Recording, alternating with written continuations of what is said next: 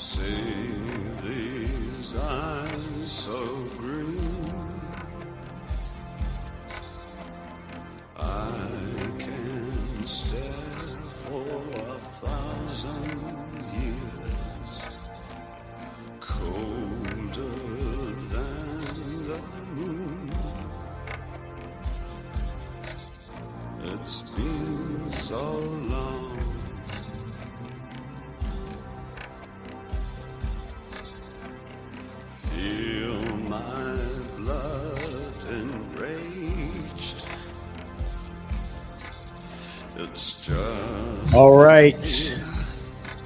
Good afternoon, everybody. Welcome to Geopolitics with Ghost.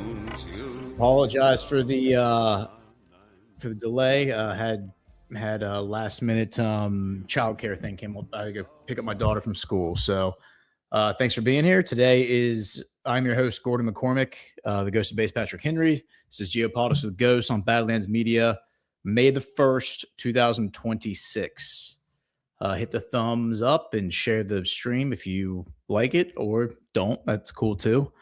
Okay, so it sounds like John and others are also having issues with StreamYard this week with like a lag and everything. So I'm trying a different approach today. I pretty much have no tabs open. I only have a few to get started. So I'm going to be navigating rather than having like a million tabs open and flipping around them.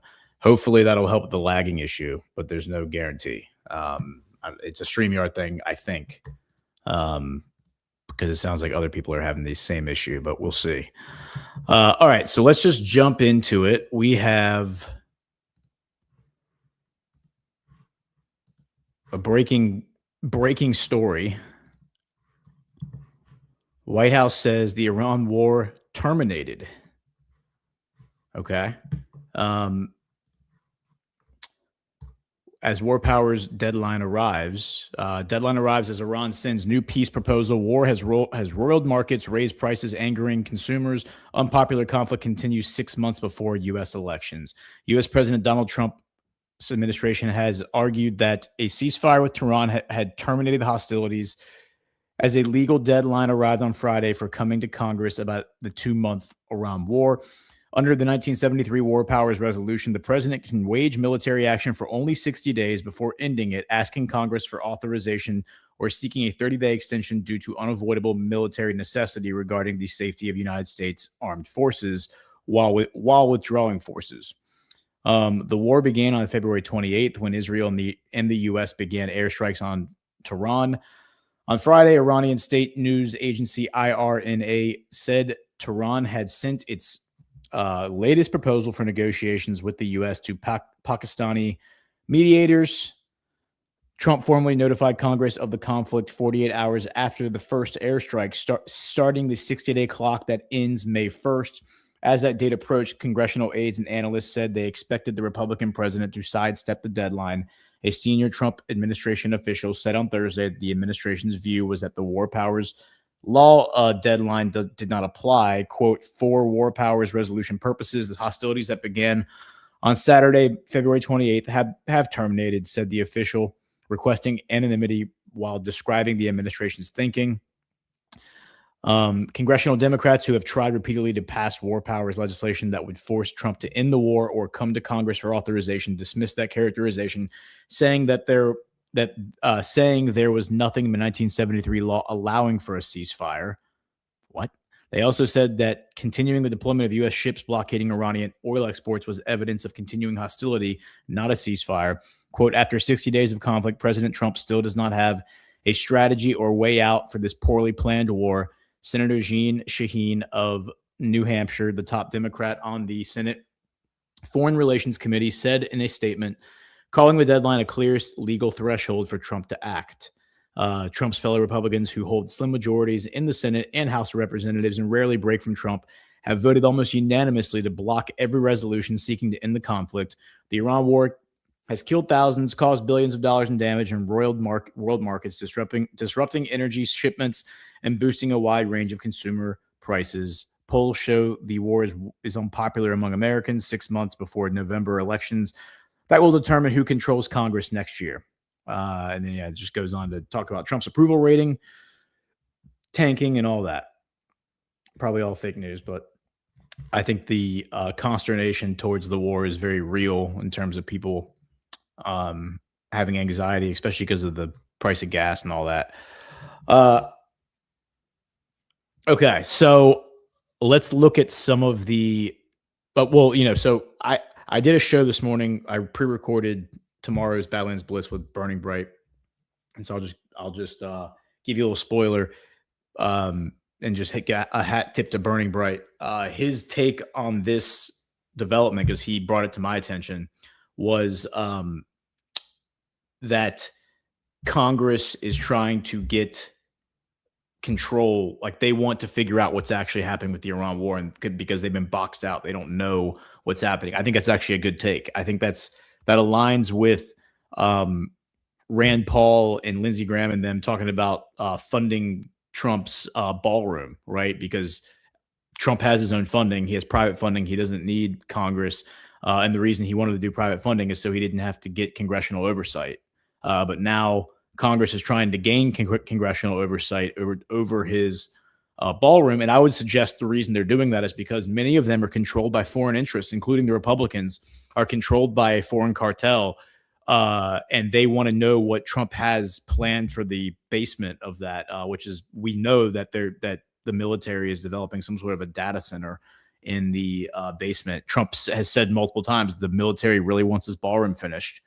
And so I think foreign powers, bad actors, both inside and outside the United States, want to know what's in that basement, and congressional oversight will give them access to that. And so I think we have traitors all across the government. I think primarily, or specifically, most importantly, in the Republican Party. I think they are some of the most insidious traitors. I've ranted about that so many times. I'm blue in the face over it. Yes, the pedophiles in the Democrat Party are a problem, and obviously we can't make a society with them. But the problem with the Republicans is that they pretend to be on our side while stabbing us in the back with their shiv, because they are traitors, of course, or many of them are, at least. So let's now go to Politico, because we have, all right, hopefully that lag wasn't too bad.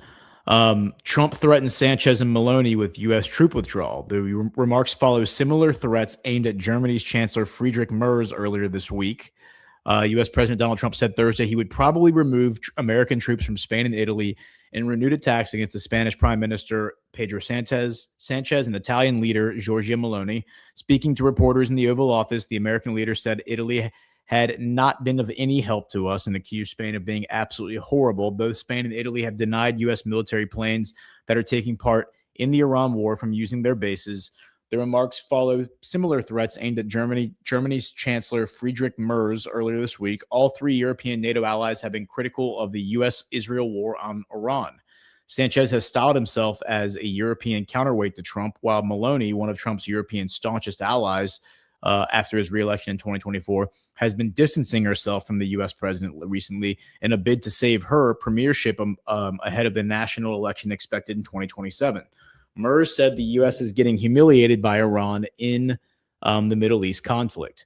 Italian Defense Minister Guido Crosetto responded to the comments, telling media outlet ANSA he wouldn't understand the reasons for a possible withdrawal of U.S. troops from Italy. The United States has around 12,000 armed forces personnel stationed in Italy, with only Germany having a higher number in Europe at over 36,000. Spain hosts about 3,800 troops, according to an overview published by the Pentagon in December. Merz long walked a tightrope to keep his relationship with Trump smooth. In Berlin, unlike Rome and Madrid, does allow the U.S. to use its Ramstein air base to coordinate military operations against Iran. Any U.S. withdrawal from Germany would cost billions and take years, while weakening a key strategic advantage in its conflict with Iran and its ability to project military power globally. Defense officials told Politico that there are no immediate plans for a drawdown, but that they take Trump's comments seriously.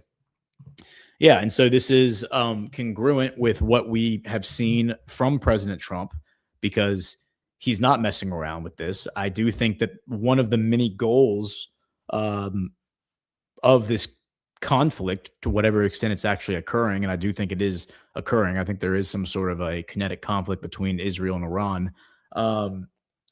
One of the happy side effects is going to be the dismantling of NATO. That seems to be very clear. Trump has been pretty open about that.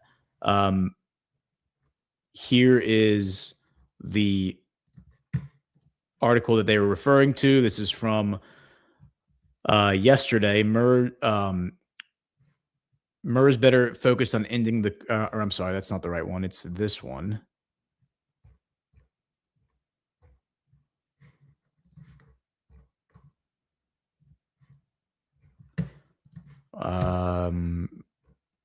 Here it is. Trump threatens to pull. This is from it says it was published yesterday, but I saw this 2 days ago. I think RT was just late publishing it. Trump threatens to pull troops from Germany amid feud with Merz. U.S. President Donald Trump has said he could withdraw some American troops stationed in Germany amid public spat with German Chancellor Friedrich Merz over the war in Iran, and then just goes on to give the same data that we just went through. It says the conflict has. It says Trump has chided European allies for refusing to back the U.S.-Israeli war with Iran and declining to help reopen the Strait of Hormuz, which Tehran closed to hostile shipping in February. The conflict has also prompted the president to revive his longstanding criticism of NATO, which he described this month as a paper tiger. Speaking to students at a German school on Monday, Merz argued that the U.S. was being humiliated by Iran, and the Trump administration lacked a clear strategy in the conflict. And so, yeah, that provoked Trump to saying that Merz should better focus on ending the Ukraine conflict. And then we have this story, which is the U.S. considers, this is from a week ago, I think we already read through this, but U.S. considers suspending Spain from NATO. The Pentagon has suggested punishing Madrid for blocking bases and airspace during the war in Iran, according to an internal email cited by the outlet. Yeah, so this is, and then again, there's this article that Trump creates NATO naughty list. Again, just consistent with what we're seeing, because NATO is a problem. NATO is a parasite. I think I ranted about that on Tuesday. It's not a good alliance to be in. We should already have exited it, but I think that Trump props up a lot of these failed institutions and failed individuals in order to highlight their failures, because they don't just speak for themselves. They also speak to they speak for rather groups that back them. Okay, and so then we can go to Trump's True Social post because he made some posts about this. I believe it was this morning. Let's see, right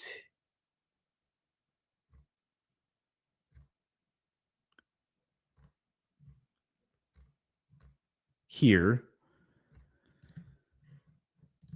I'm pleased to announce that based on the fact that the European Union is not complying with our fully agreed to trade deal, next week I will be increasing tariffs charged to the European Union for cars and trucks coming into the United States. The tariff will be increased to 25%.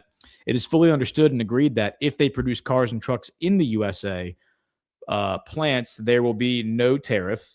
Or I'm sorry, if they produce cars and trucks in USA plants, there will be no tariff.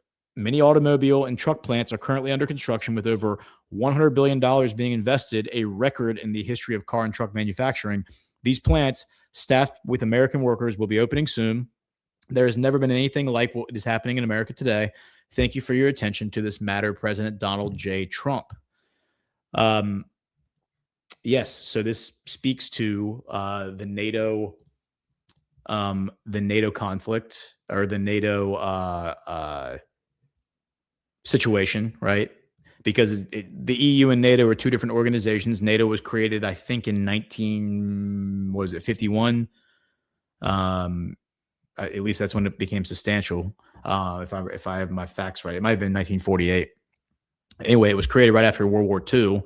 The EU wasn't created until 1993. So those are two different organizations, but both of them are a problem, and I think both of them need to be dissolved. But they're not going to do that on their own. There's going to need to be some outside influence, I think, to bring about that destruction. And so let's go look at this story.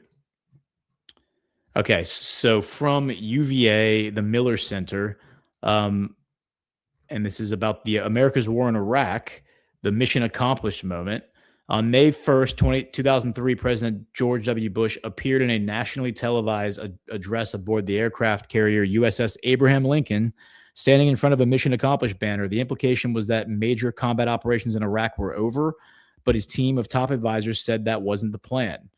One of the big regrets of my life, is this written by, I think this is written by Dan Bartlett, communications director. Okay.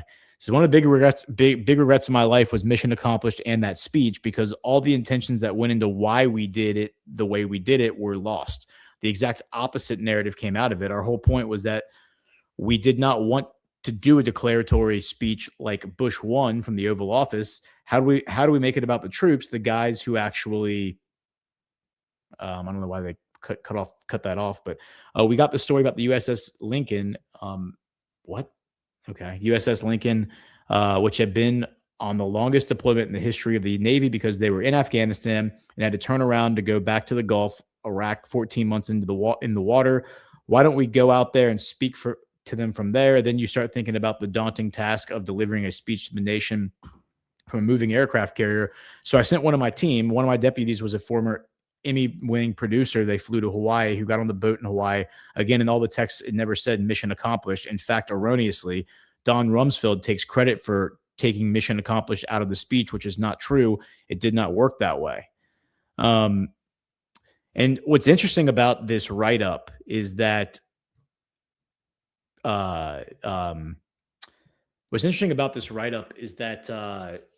this is it reminds you that we got a very similar narrative arc to this war that we got to the Iraq war. Remember, the USS Abraham Lincoln was, I think it was that 8 months deployment, and then it was forced to go to Venezuela. They were only supposed to be out there for 6 months. Then they were forced to go to Venezuela to help with the Maduro thing. Then they had to come back to Iran because we were going to start Operation Epic Fury. And so I think they're still at sea, if I'm not mistaken. So they've been at sea for way longer than they're supposed to be, almost twice as long as they're supposed to be. So again, it's we're getting the same thing, happening again. Okay, and so then it says Ari Fletcher. So I think this is like different perspectives. So Ari Fletcher, who was the White House press secretary, the banner read "Mission accomplished." In the speech Bush gave, Bush said there were many parts of Iraq that were dangerous. Major combat operations were over, but it was going to take time, and there was a lot of danger ahead. He gave a perfectly nuanced, qualified speech to end major combat operations, which were exactly chosen words for just that reason, because we knew there was still fighting in the Sunni Triangle and especially in Fallujah. The banner, the ship was steaming back from duty in and around the Gulf and was the longest deployed ship in the history of the United States. Our advanced people met the crew of the Abraham Lincoln. I think they flew to Hawaii and then boarded the ship as the ship was steaming back towards San Diego, and the crew was totally excited. The commander-in-chief is coming out. He's going to declare combat is over from here. They asked if they could hang a banner in honor of them being the longest deployed ship. They successfully, in their view, had completed their mission, which they did, and they wanted to have a sign that read "Mission accomplished." Our guys thought, great idea. It's a fitting tribute to you. Certainly, it fit into the theme of what we were talking about. On May 2nd, it assuredly felt as if the mission had been accomplished. Saddam was out of power. Baghdad fell. Hardly any lives were lost. I don't know if that's true. At the same time, you could go to downtown Baghdad and eat at outdoor cafes. It was one of the safest places on earth with no crime, no violence. People forget that we were greeted with flowers. That was the reality of May. Yeah, I don't know how accurate. I'm gonna have to ask Alpha how accurate all that is. I don't know if that is accurate. Let's see. The banner was hung, so our advanced team thought it was a good idea. A tribute to the sailors and Marines aboard the ship. Bush landed in his flight suit, producing just tumultuous, fabulous pictures, but we started to hear a little, is it over-the-top pushback from some people on TV. And then here's John Bolton, which is a short statement. It says, John Bolton, who was the White House Deputy Chief of Staff for Policy and the Director of the Office of Management and Budget Chief of Staff. This is the episode that really resonates through time. The banner behind Bush on the aircraft carrier that said "Mission accomplished." Somebody allowed that to be put up. My understanding in retrospect was that the banner was intended for sailors aboard the ship. They had accomplished their mission and were headed home, but somebody made a bad mistake allowing that to be in the photo. Bush never said those words, and in fact, you can go back and read his remarks. He's complimenting the troops on their great job they've done and preparing everybody for the important work that lies ahead. Yet that mission accomplished moment, it's an emblem, so somebody did that. It was not the kind of place where you figured out who let that be there and fired them or something like that. Nobody got fired or anything like that. Yeah. Man, that is hilarious how this reads. How this reads like in hindsight. Okay. So now we have, let's go to Britain. Because Britain is, so yes, well, maybe we should jump in since I have this pulled up. Let's just look at this article real quick.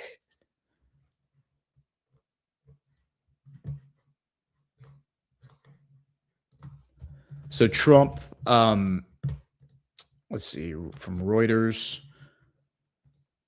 Trump is weighing whether he is going to declare victory, right? And let's see, that would be, let me pull this up. Apologies, stand by for processing. So Trump has the intelligence agencies are weighing what the impact would be, how Iran would potentially respond if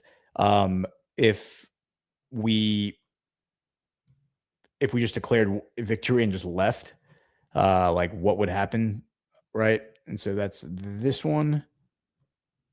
Yeah, here it is. U.S. intel agencies examining how Iran would react if Trump declares victory in the war. And I think we may have mentioned this on Tuesday, but again, what's important to me in this is that, number one, I mean, this is kind of to be expected, but number two is the fact that this resonates with exactly what Joe Kent was calling for. So Joe Kent had said multiple times, just declare victory and get out. Like, just go ahead and declare victory, get out. Don't worry about the consequences. That is the best thing we could possibly do. And I'm just pulling up his post. So here is his post from April 19th. And again, like, I'm of the opinion that Joe Kent, I think, is I think he's an operator out there on behalf of Tulsi Gabbard and Trump. I think he's seeding narratives that are now coming to fruition because I haven't seen him do anything subversive towards Trump. So here he is on April 1st. He says the purpose of POTUS's speech this evening was to show that we can declare victory when we choose. This is only possible if POTUS restrains the Israelis first. Israel needs us committed indefinitely. We are seeking a quick end to the war. We have drastically different goals in Israel and must act accordingly. Okay, and then his next post was from April 15th. He says, President Trump is sending more military power to the Middle East as Iran rejects our initial peace offer, setting the escalation trap. We can avoid that trap if we are wise enough not to believe our own hype. Bombing Iranian equipment and killing leaders may produce great hype reels, but if the global war on terror taught us anything, it is that tactical success does not equal strategic victory. To avoid a major military disaster, or to avoid a major disaster, we must first define what is truly vital to our national interest and act accordingly, regardless of optics of the daily news cycle. We need the Strait of Hormuz open so oil can flow and stability can return to the energy markets and the Gulf region. These are realistic, achievable goals. They can be reached by significantly reducing our military footprint in the region and lifting sanctions on Iran. We can then tout Iran's agreement not to build a nuclear weapon as a clear win for the media.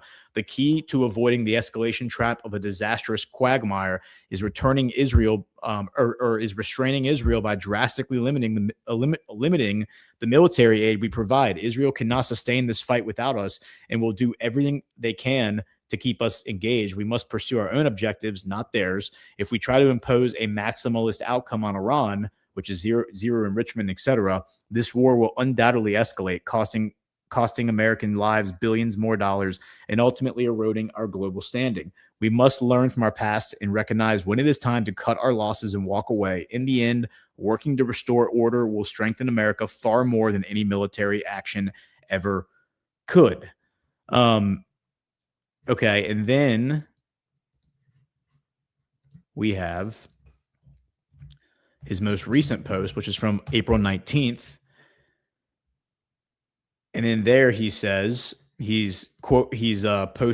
posts Trump's Truth Social post where Trump famously says, "No more Mr. Nice Guy," right? No more Mr. Nice Guy, his heel turn. And Joe Kent says POTUS is laying out. So he's taking a post that's provocative, right? And this is like kind of speaks to my theory that Joe Kent is not what we're being told by a lot of different people. I think he's an operator, like working for Trump. It's just my goofball theory. But he's taking a very provocative post, right? Where Trump says Iran decided to fire bullets yesterday in the Strait of Hormuz, a total violation of our ceasefire agreement. Many of them were aimed at a French ship and a freighter from the United Kingdom. That wasn't nice, was it? Yeah. And then he goes on to say, no more Mr. Nice Guy. And so he's taking a post that's very provocative and appears to be a declaration to continue the war, which is what Trump is posturing in that post. And he says POTUS is laying out two courses of action, a negotiated settlement or a major escalation. There is a third option, he should take it. Recognize there is no way to force a positive outcome and simply leave. The region is not ours to fix. President Reagan chose this path in Lebanon in 1984, withdrawing U.S. forces after the Beirut barracks bombing once it became clear the mission stabilization goals could not be met, effectively ending direct American military involvement and avoiding a deeper quagmire and long-term entrenchment in the region. A negotiated settlement is unlikely to work or be taken seriously by the Iranians unless we make concessions on the enrichment issue. As we saw yesterday in the Strait of Hormuz, the IRGC is empowered to act without the consent of the civilian leadership, so it's likely they won't honor any deal reached. A major escalation will lead to a very destructive outcome for Iran, the region, and eventually the U.S. If POTUS chooses brute force and targets civilian infrastructure, we will create another generation of radicalized Iranians who will rally around the regime and escalate the war by any means possible. If POTUS opts to strike the civilian infrastructure, declare victory, and then leave, we will only further erode our standing in the world, the petrodollar, and eventually our status as the world's reserve currency holder. We need to get out now. Don't double down on failure. Avoid the sunken cost trap. Leave now and put America's interests first. Now, what's interesting, like, again, lots of people get triggered when Joe Kent posts this kind of stuff. They accuse him of being a traitor. They accuse him of being a coward. They accuse him of all sorts of things. But this is actually the path that Trump has ostensibly taken. Trump has ostensibly taken the path of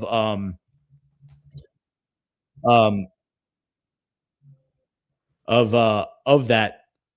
He's ostensibly taken exactly the path that Joe Kent has laid out here. And again, this kind of speaks to Joe Kent having some insider knowledge. Like, maybe this was always discussed, that this was going to be the tactic. The tactic was always going to be come in hard and heavy, have lots of narrative, be very provocative. And then after, 6 weeks, ramp it down and then just kind of drop it off and be like, yep, we're done. We're not going hard in the paint anymore. And I wanted to play this clip because I think listening to Joe Kent speak is very helpful, especially considering his background and considering the fact that he actually was in the room as part of the Trump administration. This is him on Judge Napolitano 9 days ago. All right. So this is right after he put out that post that I just read. Right. And right before Trump basically says, I think this would have been after the ceasefire began, but before Trump, basically signaled that we're not going to restart the war, which is what he is now saying, that the whole thing's terminated. We're not going to restart hostilities. We're just trying to figure out how to negotiate a settlement. This level and seeing the way everything that we've been doing basically in the Middle East war was foisted upon us by Syria and when the casualties out, and I was frustrated at a rank and responsibility fertile recruiting grounds. There was no link between Saddam and Al Qaeda. To myself, you needed in order to fulfill your job. All right, sorry, I just want to. The United States government, you had a full national security clearance, able to examine whatever documents or data you needed in order to fulfill your job. Why did you resign? So for me, there was two main reasons why I resigned. Number one, it's a promise that I made to myself over 20 years ago. I spent over 20 years in special operations in the Army and then some time in the CIA. But on my third deployment to Iraq about 20 years ago, I came to the realization that we had been lied to get us into the Iraq war. There was no weapons of mass destruction. Al Qaeda in Iraq didn't exist until we came there and radicalized a lot of the population and gave Al Qaeda fertile recruiting grounds. There was no link between Saddam and Al Qaeda. It took me 3 deployments to figure that out, but I finally did on my third deployment. And I was very frustrated that senior members of our government who had been through a quagmire before, a lot of the Vietnam vets, Colin Powell and folks like him, that were, I felt, mature enough and at a rank and responsibility role that they could have actually stood in the way of this. They could have prevented it from happening in the first place. And then when they saw that it was going to be a quagmire, they could have publicly spoken out. And I was frustrated that they didn't. And so I said to myself 20 plus years ago, if I'm ever in a position where I can influence the next generation getting sent off to go fight and die on foreign battlefields, that I would do something about it, not knowing what the future held for me. So when the casualties first started pouring in this last iteration, and I saw there was no hope of an off ramp, and the president was really kind of siloing himself off away from any dissenting voices, I knew that morally I had to leave. I also lost my late wife. She was killed fighting ISIS in Syria in 2019. And so for me, watching the body bags come back into Dover, that was just it was like everything that I had done in my life to that point, screaming in my face that I had to publicly speak out against this. I had to resign. I couldn't be a part of it. But another big part for me was I feel that the American people need to understand that this war was foisted upon us by Israel, and that Israel does have far too much say in our foreign policy in the Middle East, especially if you look back at all the wars post 9/11, the way that has benefited the state of Israel, the Israeli lobby, the amount of influence they had on taking us off to war in Iraq, the regime change war in Syria, everything that we've been doing basically in the Middle East since post 9/11. I was aware of that before I was serving at this position. I had read about it, I had seen a little bit of it, but then being at this level and seeing the way the Israelis were able to come in, move the red line, influence the president, I felt, and I still feel that is something the American people need to be made aware of so that we can fix this and we can root out foreign influence from our government. Can Donald Trump say no to Benjamin Netanyahu? Or stated differently, does Trump control Netanyahu, or does Netanyahu and company control Trump? Well, we're about to find out. I still think that President Trump has a lot of personal agency. I think he just got a lot of bad advice. And I think if he gets a chance to objectively assess and put on his businessman hat, he's going to see that he got very, very bad advice. And the best thing that he can do, as I've said multiple times, is just walk away from this. You channel some Reagan in 1984 and say, hey, this cost benefit analysis just doesn't check out for the American people. We're going to leave. If he can do that, that's going to show that he actually can tell Benjamin Netanyahu no, and he can tell the Israeli lobby no. If he can't do that, and we're forced to stay in the Middle East, and we're forced to stay in this war and to continue to escalate, and we just can't bring ourselves to walk away, that's going to show the full scope of Netanyahu and the Israeli lobby's tentacles really on American policy. Because right now, for us to stay and to continue doubling and tripling down on this war, it's not in our interest. That will be in Israel's interest. So I still hold out some faith that President Trump, if he can kind of come to his senses, remember what he ran on, and look at this from a businessman's optics, that he will be able to see this is not in our interest and pull us back out.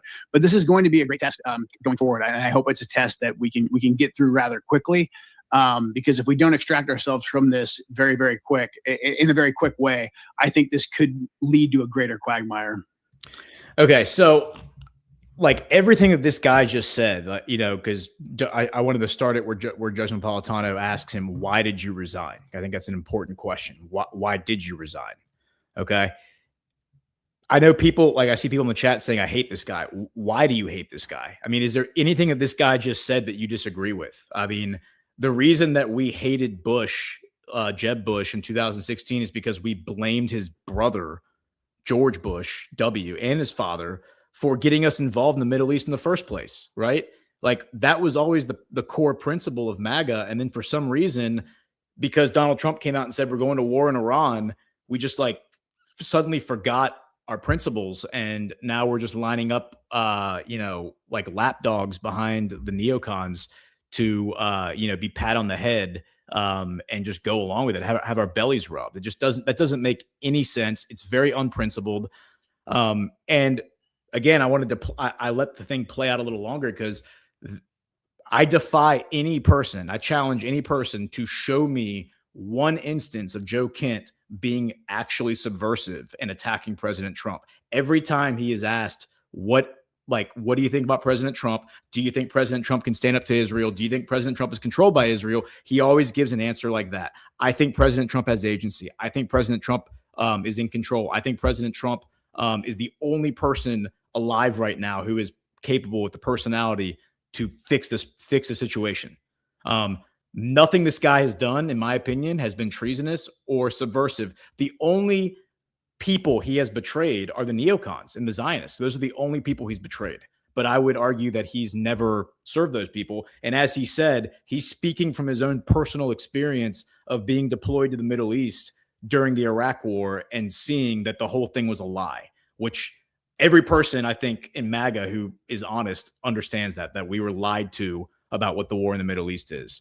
And just because Donald Trump is president right now, you think that the Pentagon isn't lying to you. I would say that all President Trump has done is given them everything they've asked for forever, and then allowed them to come out and just make asses out of themselves. While accomplishing a lot of really important things that needed to be accomplished as it relates to the Middle East and the balance of energy power. So let's speak more to that right now. Let's go and look at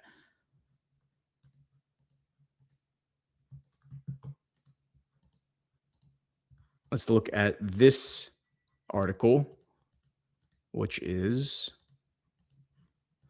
Trump says he spoke with Iraq PM designate, voices strong support. U.S. President Donald Trump on Friday told reporters he had spoken with Iraqi Prime Minister designate Ali al-Zaidi on Thursday and voiced strong support for him. And by the way, let me pull up that Truth Social post.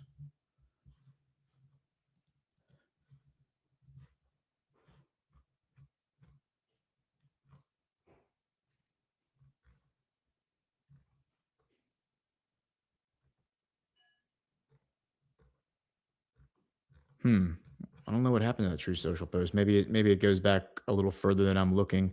They quote it right here, so I can just quote it here. It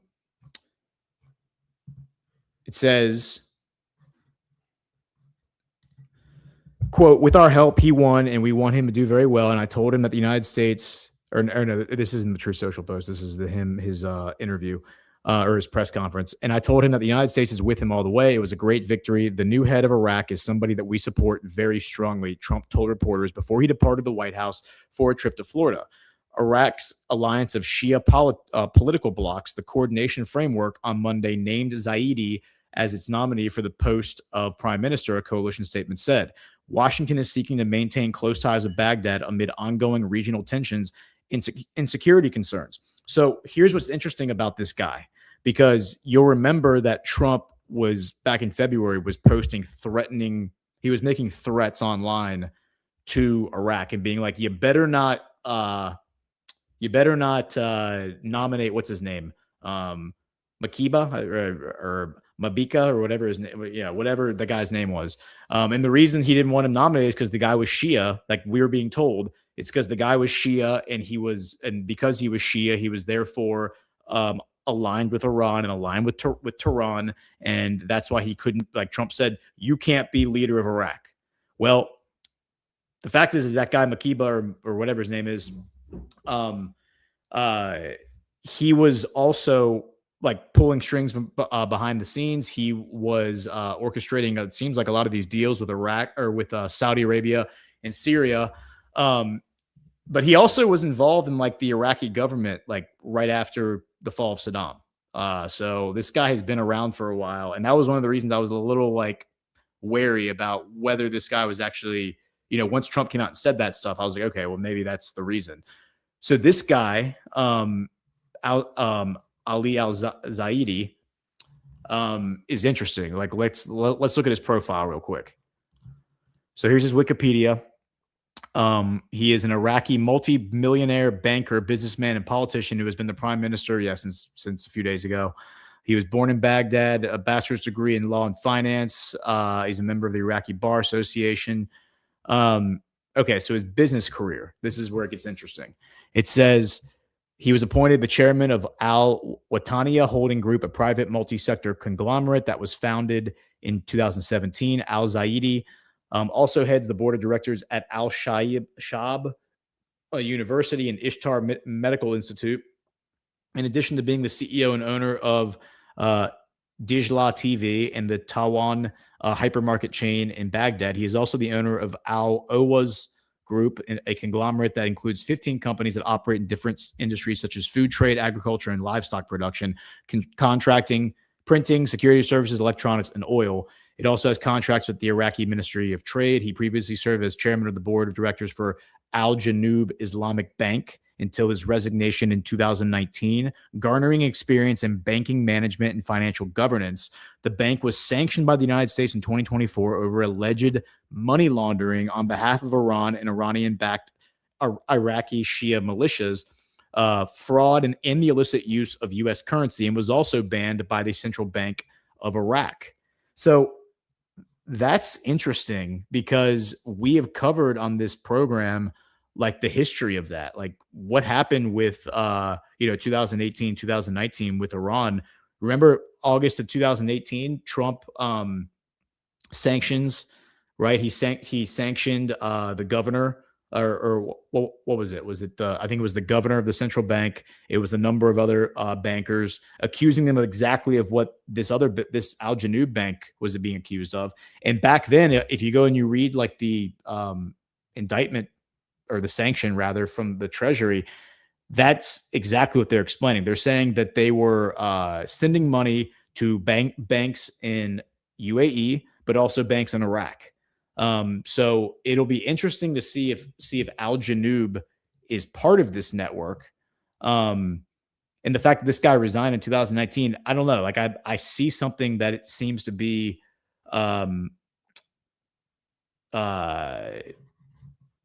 interesting to me. Like this could potentially be something. So here is from an Iraqi news outlet.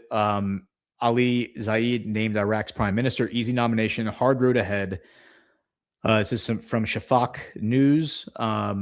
It says al-Zayedi's nomination for Iraq's premiership on April 28th was, by the standards of Iraqi politics, remarkably frictionless. The coordination framework, the Shia political alliance that has controlled government formation since the 2021 elections, put forward a name that drew no significant objection from Sunni or Kurdish blocs, a degree of cross-communal endorsement that is rare at this stage of any Iraqi political process. But the ease of the nomination obscures a more demanding reality. Al-Zayedi now has 30 days to construct a cabinet that satisfies Iraq's entrenched sectarian power-sharing system, secure an absolute parliamentary majority, minister by minister, and do so without the political base that has anchored every prime minister before him. The international calculations behind the nomination deserve close reading. U.S. President Donald Trump has had made clear his opposition to the return of Maliki, that was the guy's name, Nouri al-Maliki, whose polarizing tenure and alleged proximity to Iran-backed networks made him unacceptable to American interlocutors. The framework absorbed that veto without public confrontation, itself a signal of how much Iraqi political actors have internalized the need for external clearance. The visit to Baghdad by Ismail Khani, commander of the Islamic Revolutionary Guard Corps, Quds Force, and Tehran's principal operative in Iraq, came amid the nomination's momentum and was widely read in political circles as Iranian alignment. When both Washington and Tehran find a candidate acceptable, the nomination process in Baghdad tends to resolve quickly. Yet neither capital has assured a formal position on al-Zayedi's designation. Washington is watching the incoming government through a lens of armed factions, dollar flows, and banking compliance. Tehran is assessing whether the new prime minister can preserve the existing balance of influence within the Shia house. The silence from both is, for now, a watching brief. Al-Zayedi's profile explains the nomination's logic. Born in Daikar province in his early 40s, he would be the youngest prime minister in Iraq's post-2003 history, a biographical detail that sits in sharp contrast to the political system that has been asked to navigate. He has spent his career entirely outside elected government as chairman of Al Wataniya Holding Group, a multi-sector conglomerate. Yeah, we already read that. And previously as head of Al Janoub Islamic Bank, one of Iraq's larger private financial institutions. No party affiliation has been declared, and no office has been held at any level. His name did not circulate in the informal pre-nomination rounds through which Iraqi candidate names are typically tested. He arrived at the nomination without enemies and without allies of his own. That political anonymity was the asset that got him here. It is likely to become a liability in the weeks ahead. The banking dimension of his profiles, here we go, carries a specific complication. Al Janoub Islamic Bank was among the institutions affected by the Central Bank of Iraq's dollar restriction measures introduced following American pressure to limit money laundering and unauthorized use of U.S. currency. No public record places al-Zayedi personally on any U.S. sanctions list, but the association ensures that his banking background will face internal and external scrutiny, particularly in any future dialogue with Washington over the dollar file, financial transfers, and banking sector reform. The political clearance he received and the technical questions his record raises do not cancel each other out. They coexist and will continue to surface. So this article is also pointing out the fact that this guy was working for a bank that was being recognized or has been recognized under Joe Biden in 2004 as connected to an Iranian money laundering network. It's interesting, though, that they weren't singled out during the during Trump's 2018 chapter when Trump was actually going after that stuff, when he was sanctioning the banks. So yeah, this is a really interesting development. We will continue to like watch this. So here's their website, the Al Janoub Islamic Bank. So it says Al Janoub Islamic Bank for Investing in Finance. Iraq was established on the 2nd of February 2016 by businessmen and investors in various fields, the most important of which are the agricultural sector, food industries, financial investments, along with other industrial businesses. And then down here it says the bank takes a leading role by introducing Islamic Sharia compliant products that supports its position in entrepreneurship. Besides, the bank has launched a package of electronic services and new channels to enhance electronic payment systems and drive digital transformation. These initiatives align with the Central Bank of Iraq's focus on electronic technologies. Al Janoub Islamic Bank currently operates 13 branches with an ambitious plan to expand in key governance across Iraq, ensuring the provision of our services with our intended clients base. The bank also operates an ATM network consisting of 39 ATMs strategically located within branches and at various other prime locations. The bank has received recognition and awards for its performance. In the first quarter of 2023, the bank received an assessment from the Islamic International Rating Agency, IIRA, strategy and core partners, a partner for Islamic finance worldwide that is accredited as an independent credit assessment institution by central banks of the various Islamic countries. This rating positions Al Janoub Islamic Bank as one of the best banks operating in Iraq by receiving an A- rating in addition to B rating at the international level, with which further highlighting its commitment to excellence. So anyway, it's interesting. I mean, we'll have to keep an eye on that. But Trump's now backing the leader of Iraq, right? And we've been going through articles that show that Iraq over the past month or so that show that Iraq is cooperating with Saudi Arabia, with Syria, with all of the different sovereign alliance players, I would say, in the Middle East. All right, so let's go ahead and how do I want to do this? Let's go ahead and take a quick break. We'll be back here in a minute. Get Thompson too. And I've been putting out fire with gasoline.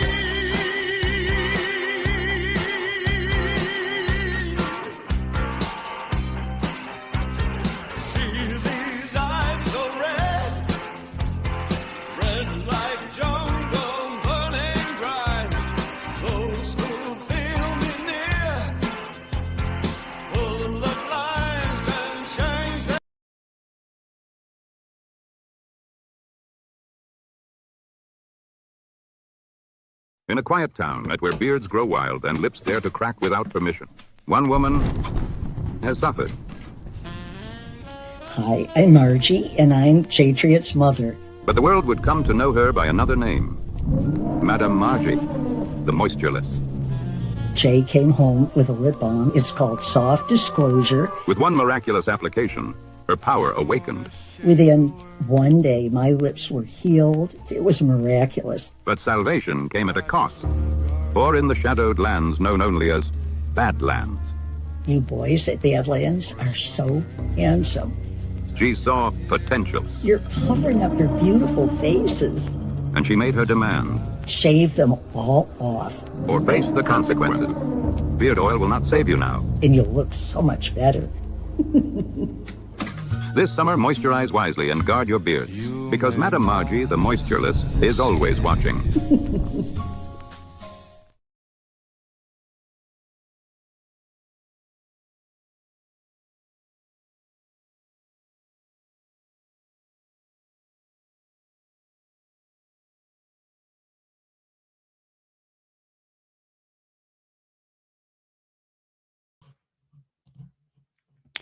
Stack sats with River, the Bitcoin-only platform built by Bitcoiners for Bitcoiners. Why River? Zero fee recurring buys. Stack Bitcoin effortlessly, hourly, daily, weekly, or monthly. 3.5% Bitcoin interest on cash. FDIC insured. No minimums. Withdrawal anytime. Expert US-based support. Human help plus private client-based services for big buys over $100,000. Business accounts boost your balance sheet with Bitcoin and earn 3.5% paid in BTC. There's a top tier wallet where you can send, receive, and manage Bitcoin securely, and unmatched security with full reserve custody, multi-sig cold storage, and proof of reserves. Join the Bitcoin revolution at badlandsmedia.tv/river and earn real returns. That's badlandsmedia.tv/river.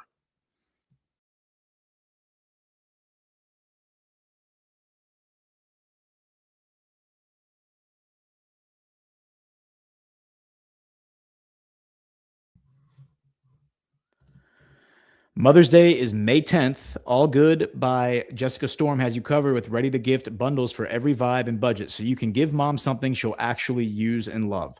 All Good makes premium self-care products using clean, organic ingredients that actually work with nutrient-dense, grass-fed, and finished tallow, packed with vitamins A, D, E, and K, and blended with cold-pressed organic oils your skin loves.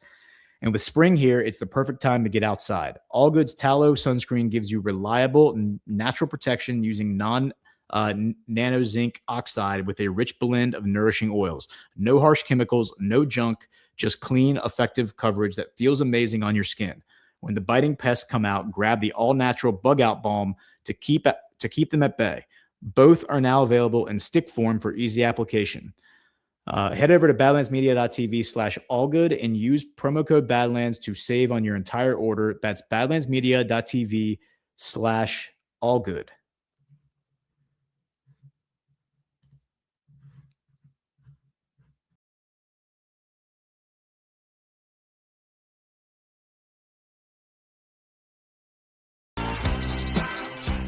It's been so long. Still this pulsing night, a plague I call a heartbeat. Just be still with me. You wouldn't believe what I've been through. You've been so long, and it's been so long. Loving putting out the fire with gasoline. Putting out the fire with gasoline.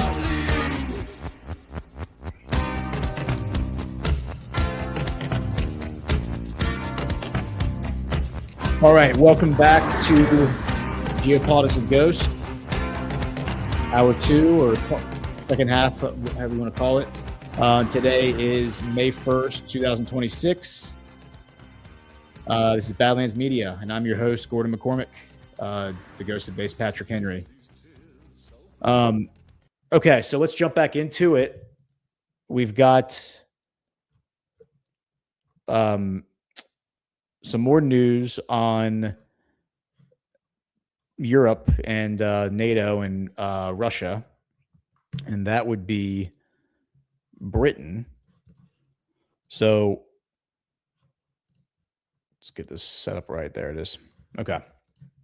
Britain to create anti-Russian naval force. The UK-led grouping will include the Netherlands, Nordic nations, and the Baltic states, according to the country's first Sea Lord. Britain and other North European states will create a naval force outside of NATO to counter Russia. First Sea Lord and Chief of Naval Staff in the UK, General Gwyn Jenkins, has said Moscow has repeatedly denied what it calls hysterical claims it plans to attack NATO states or anywhere in Western Europe, arguing that they are being made by Western politicians to distract the public from problems at home and justify increased military spending. It also says that Russia will only fight NATO if it is attacked first. During his speech at the Royal United Services Institute on Wednesday, Jenkins announced that members of the UK-led Joint Expeditionary Force, which has been in place since 2014, signed a statement of intent last week to set up a new multinational maritime force. The JEF includes the Netherlands, all 5 Nordic nations, which is Denmark, Finland, Iceland, Norway, and Sweden, and the Baltic states, Latvia, Lithuania, and Estonia. As the crisis in the Middle East unfolds following the U.S.-Israeli attack on Iran, the British naval chief insisted Europeans should not lose sight of the fact that Russia remains the gravest threat to our security. The naval force will be commanded from London and serve as a complement to NATO. According to Jenkins, it will see the fleets of the 10 nations training and preparing together to be ready to fight immediately if required, with real capabilities, real war plans, and real integration by 2029. Russia incursions into our waters has jumped by almost a third in the last 2 years, the British naval chief claimed, adding that Britain expects this activity by surface vessels and submarines to intensify. Moscow began deploying frigates to escort the oil tankers after UK Prime Minister Keir Starmer threatened to seize them in late March. Since then, almost 100 tankers have passed through British waters unimpeded, according to The Guardian. Former Russian President Dmitry Medvedev, who now serves as the deputy chair of Russia's Security Council, reiterated on Thursday that the Kremlin has no aggressive plans regarding Europe. And his quote is, "And what are the Europeans saying? They are saying every day, the Russians will definitely attack us. You all know where that is heading. If you keep saying that the war is inevitable, it will start. There could be plenty of reasons and causes for that," Medvedev warned. So this is a signal that the European elite, the evil twin, as Chris Paul would call it, they are recognizing the reality that NATO is coming to an end. I think they recognize that at the very least, Donald Trump being the official commander-in-chief of NATO, because that's the way NATO is set up, is for the president of the United States to be the commander-in-chief of NATO, that he is not on board with their plans to fight Russia. And so they're now trying to create a new alliance treaty, right? A new organization outside of NATO, preparing for the inevitable collapse, I think, of NATO. And again, this might be a parallel to what we're seeing with Israel, which we'll get to Israel here in a minute, but where Trump is effectively exiting the stage when it comes to the conflict between, Ukraine and Russia. And yet the Europeans are just going to plow forward, right? Just like Trump is exiting the conflict between Israel and Iran, and Israel is just going to plow forward. I think we're seeing a similar parallel take place. So we'll see how that unfolds, but this is definitely a signal that NATO is not long for this world. And so here is, just sticking with Europe for a little bit, here is another, I think this might be an op-ed, but it says, "Why does Finland want to get involved in Iran? Alexander Stubb apparently thinks that EU involvement is the key to dragging Donald Trump's attention back to Ukraine. Despite generic calls for dialogue and restraint, some EU leaders are looking for opportunities to involve themselves in the U.S.-Israeli war on Iran. Finland's Alexander Stubb has emerged as the leader of a small pro-war bloc in Europe. The EU's position on the war thus far has been one of detachment. Italian Prime Minister Giorgia Meloni, French President Emmanuel Macron, and German Chancellor Friedrich Merz all noted that the U.S. and Israel attacked Iran in violation of international law, but refused to outright condemn President Donald Trump or Prime Minister Benjamin Netanyahu. Even as they saved their strongest combinations for Iran itself, the EU's leaders have rejected Trump's repeated calls that they send military forces to escort shipping through the Strait of Hormuz. Quote, "This is not Europe's war," European Commission President Ursula von der Leyen told reporters on Monday, adding that while it is in our interest to keep the Strait of Hormuz open, there is no appetite in Brussels to expand Operation Aspides, the bloc's maritime security mission in the Red Sea. And so I'm pretty sure it was either Marco Rubio or Pete Hegseth. It could have been JD Vance, came out and said, when this was said, that it's not our war. It's like, oh yeah, well, Ukraine's not our war, right? Technically, I would argue Iran is not our war either, even though ostensibly Trump has branded it as his war. I don't think it's our war either. So we should just leave both those conflicts. So I think that is absolutely notable. Okay. And then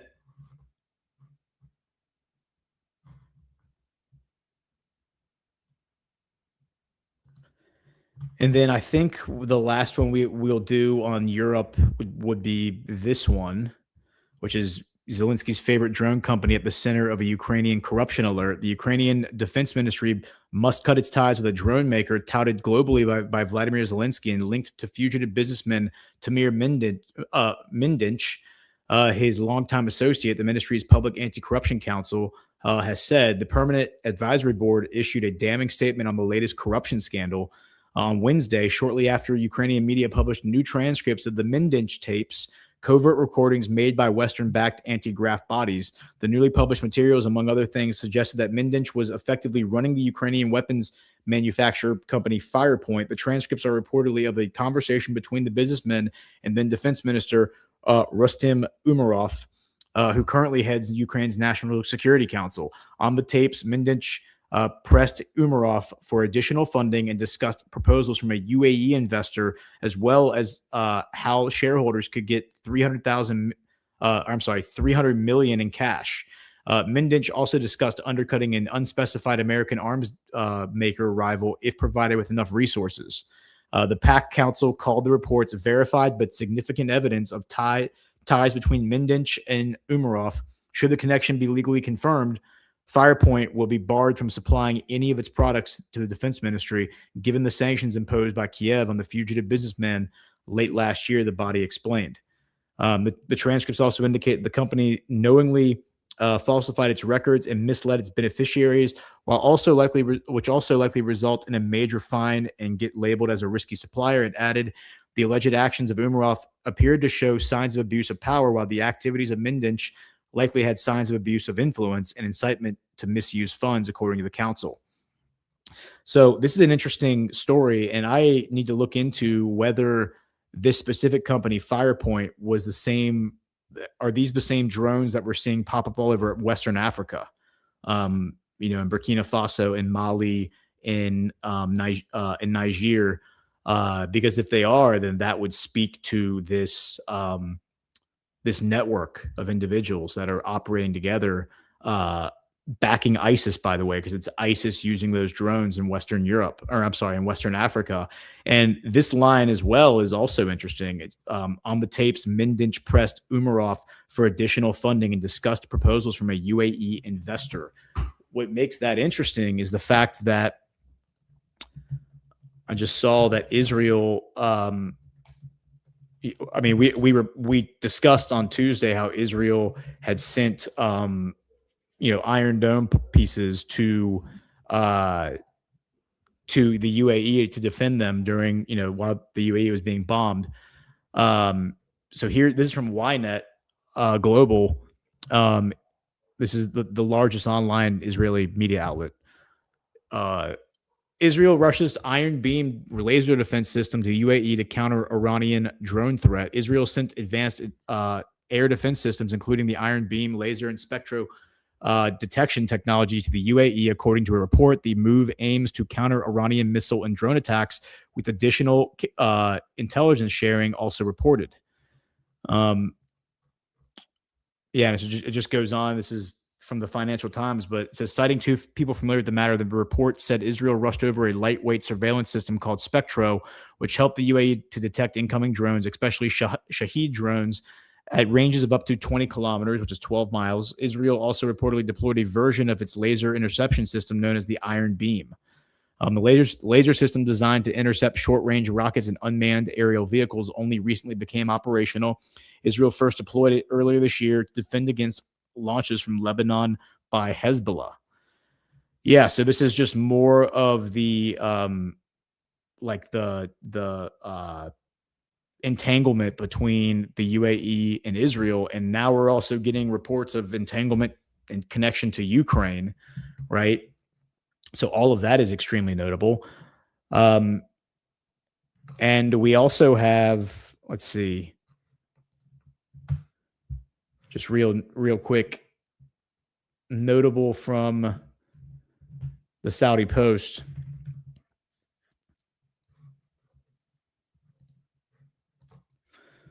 Bloomberg agency, the UAE's withdrawal from OPEC could bolster the formation of two regional alliances, the first comprising Saudi Arabia, Pakistan, Turkey, and Egypt, while the second comprises the UAE and Israel. So this is interesting because I'm seeing this being reported in a lot of other places as well. And what makes it interesting is the fact that, let me see. What makes it interesting is the fact that you recall that a few months ago, I put together a drawing. I did this on Alpha Show with Alpha, like the Middle East in 30 minutes or whatever. I think I did this on Badlands Daily with CanCon. I did it on the narrative with Burning Bright. But you remember this map, right? Where I was talking about the security agreements that have been recently signed between countries in the Middle East, and how this new security architecture was emerging. And, my prediction was that we would see a emerging alliance between Egypt, Turkey, and Pakistan, those three militaries, with Saudi Arabia kind of as like the diplomatic linchpin holding the whole thing together. And that's exactly what this is describing. This is describing that exact scenario. So the UAE being the odd man out is an interesting development. But they did get pretty deep in bed with Israel when they signed the Abraham Accords in 2020. So that could explain that situation. We also have this. I just saw this morning. So there's Mohammed bin Zayed in Korea, in South Korea. The UAE-Korea deal is now live. The UAE-Korea Economic Partnership Agreement just entered into force, which is a first for South Korea in the MENA region. And what changes? Tariffs cut or eliminated on 91.2% of goods. Trade flows expected to double. Direct boost to energy industry and supply chains. This is a structural trade corridor opening between the Gulf and Asia. And let's see. I'm trying to see, when was this deal actually signed? Because that'll be interesting. Yeah, because I think we could see, like, they're going to be selling. I think what the UAE is positioning itself to do is to become like a major gas supplier, oil supplier to various entities. The reason South Korea stands out is because South Korea is, that's like a deep state stronghold, right? And so the fact that it's like a South Korea, I could see India, UAE, and Israel kind of forming this axis, right? And then the other axis being Saudi Arabia, Turkey, Pakistan. And if Iran comes in, I would deduce that Iran would probably join the latter. They would probably join the Turkey, Egypt, Pakistan alliance, not the Israel UAE alliance, obviously. So that's an interesting dynamic. And, that does suggest a balance of power in the Middle East. So we'll just kind of see what happens on that. So let's stay with the Middle East for now and talk about some of the developments there.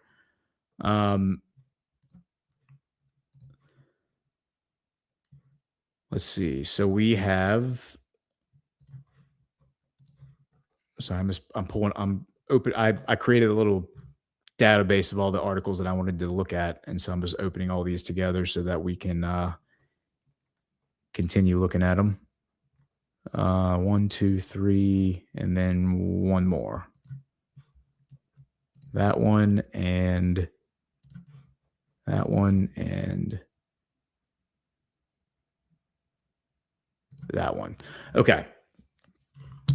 So this is from,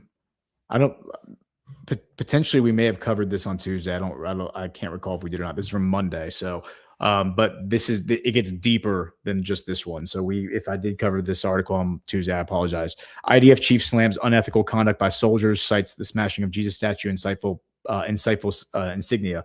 So this is the General Zamir, chief of staff of the IDF, and he's decrying like the lack of discipline in the IDF, how these soldiers are engaging in Jewish terrorism is what it's now being branded. Even in Israel, it's being branded as this, and we'll get to that in a second.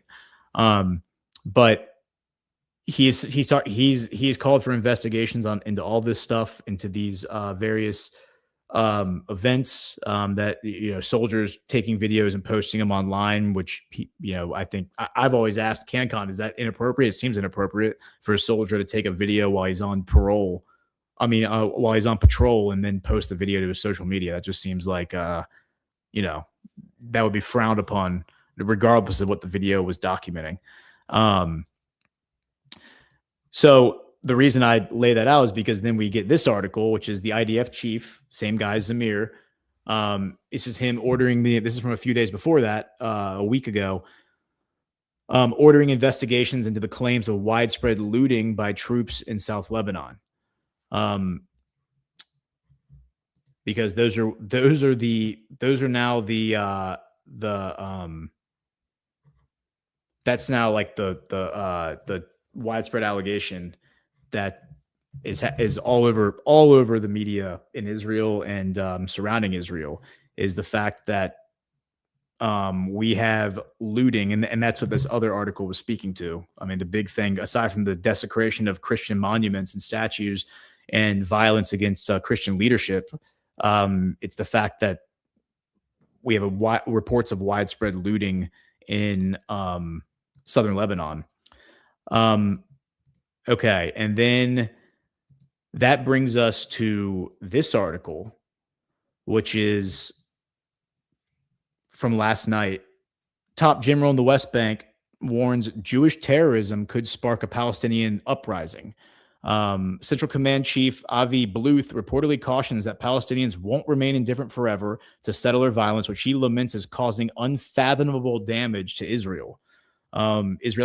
Israel Defense Forces Central Command Chief Major General Avi Bluth recently warned that rising settler violence in the West Bank could spark a Palestinian uprising, according to a Thursday report. Describing the phenomenon as Jewish terrorism, Bluth cautioned that it's quite a miracle that the Palestinian public is still indifferent, but it won't remain indifferent forever. The Haaretz Daily reported, citing remarks he made in a closed forum on an unspecified date. Bluth reportedly said that he recently warned Prime Minister Benjamin Netanyahu and his cabinet that although overall Palestinian terror levels are low, tensions are building beneath the surface, while advising on measures to lower tensions, such as allowing the transfer of funds to the Palestinian Authority that Finance Minister Bezalel Smotrich has held up. Quote, the coffee brewing is a good coffee. The level of terrorism is at its lowest, but there's a constant simmer and we don't know where it will spill over. And when it spills over, it spills quickly, he was quoted as saying. Bluth also reportedly pointed to a direct link between settler attacks and Palestinian violence, saying, we know today of people, Palestinians, who were harmed in price tag attacks and immediately afterward went out to carry out an attack. The term price tag is used by extremist Jews to describe attacks carried out against Palestinians, the military, and other targets as retribution for Israeli government decisions they perceive as being oriented against settlers.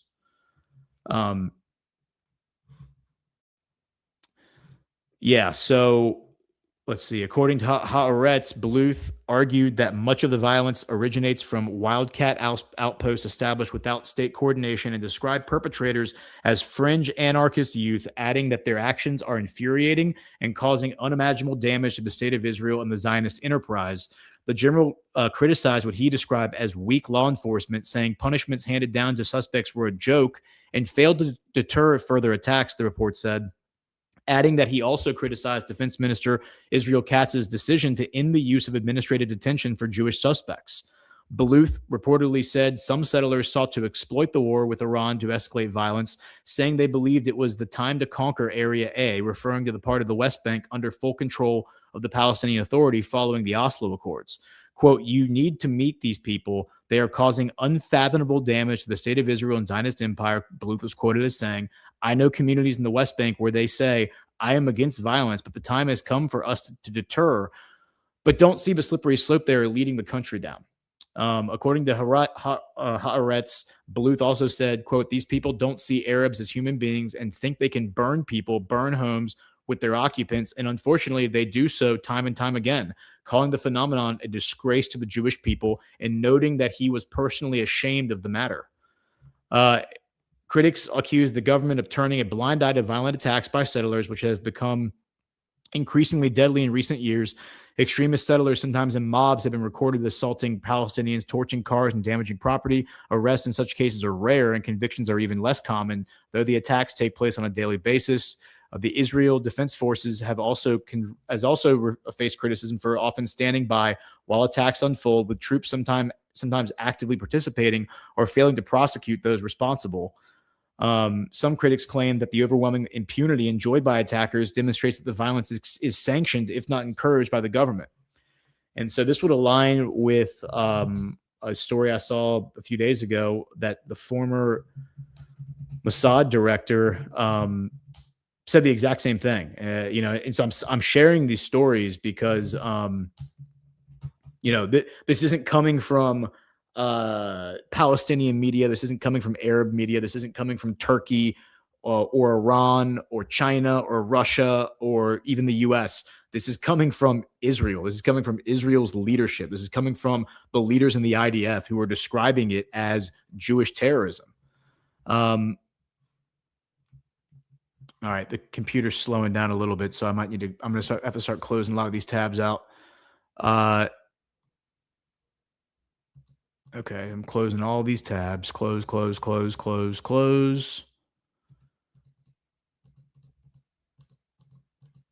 Hopefully I don't need those tabs. I've kind of been opening things as we go. Okay.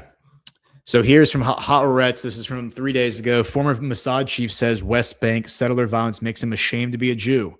The former Mossad chief was accompanied by other former high-ranking IDF officials on a tour of Palestinian villages raided by Israeli settlers. Quote, "What I saw is the existential threat against Israel," Pardo said. Former Mossad chief Tamir Pardo said he felt ashamed to be a Jew after touring Palestinian communities in the West Bank that have come under repeated attack from the Israeli settlers, warning that current Israeli policy there is planting the seeds for the next October 7th. Quote, "What we are seeing today in the West Bank is the next October 7th, Pardo told Channel 11 News, which followed Pardo and his group on their tour of the West Bank. It will happen in a different way, and it could be much more painful because the West Bank is more complicated. My mother is a Holocaust survivor," Pardo added. "What I saw here reminded me of events that happened in the last century in a very developed country, the same phenomena directed there against Jews, and I feel ashamed to be a Jew here today." Pardo was chosen to lead the Mossad by Prime Minister Benjamin Netanyahu in 2011 and remained in the position until 2016. The tour was led by Major General Yaakov Or, a former head of the Israeli military body responsible for civilian affairs in the West Bank. They were also joined by former senior military officials, Matan Vilnay, a former deputy chief of staff, and Amram Mitzna, a former IDF major general who led Central Command. Or took the group to several Palestinian villages that had been raided by Jewish settlers, including Hamra, where a local family told the group that their kids don't go to school anymore due to fears that they will be attacked by settlers on the way there. Quote, "There is a huge gap between what is happening on the ground and what the public knows," Orr said. "People are suppressing it. They do not want to know." Speaking with Palestinian residents, Mitzna said, "When we come here and listen to you, we are really ashamed." He warned that the armed settler groups could eventually turn on and challenge the Israeli state itself. Quote, "These gangs, we can't call them anything else, will eventually turn against us the day that a government follows the rule of law and tries to arrest us, to remove them from here, or to dismantle their outposts. They will use their weapons." Vilnay said the visit left him troubled by what he described as a broader erosion within the army. Quote, "What really hurts me is that the army's norms have changed in a dramatic way. Lies have become the norm," he charged. Regarding the settlers, Vilnay said they aren't a gang of rascals that decided something on their own. Everything comes down from above in a very clear manner, with the prime minister at the top of the pyramid. Asked whether he still trusted Israeli law enforcement to confront violence by Jewish extremists in the West Bank, Pardo said the authorities understood what was happening but had chosen not to act. Despite this, Pardo says the situation can be fixed if we want to, but warns that there will be a very heavy price to pay. "It's better that we don't get to that point. What I saw today in the West Bank is the existential threat against Israel." The number of incidents of nationalist crimes committed by Jews against Palestinians in the West Bank has risen continuously and sharply since October 7th, 2023, with a total of 1,720 such incidents recorded at that time, according to data from the Israeli Defense Establishment published in January.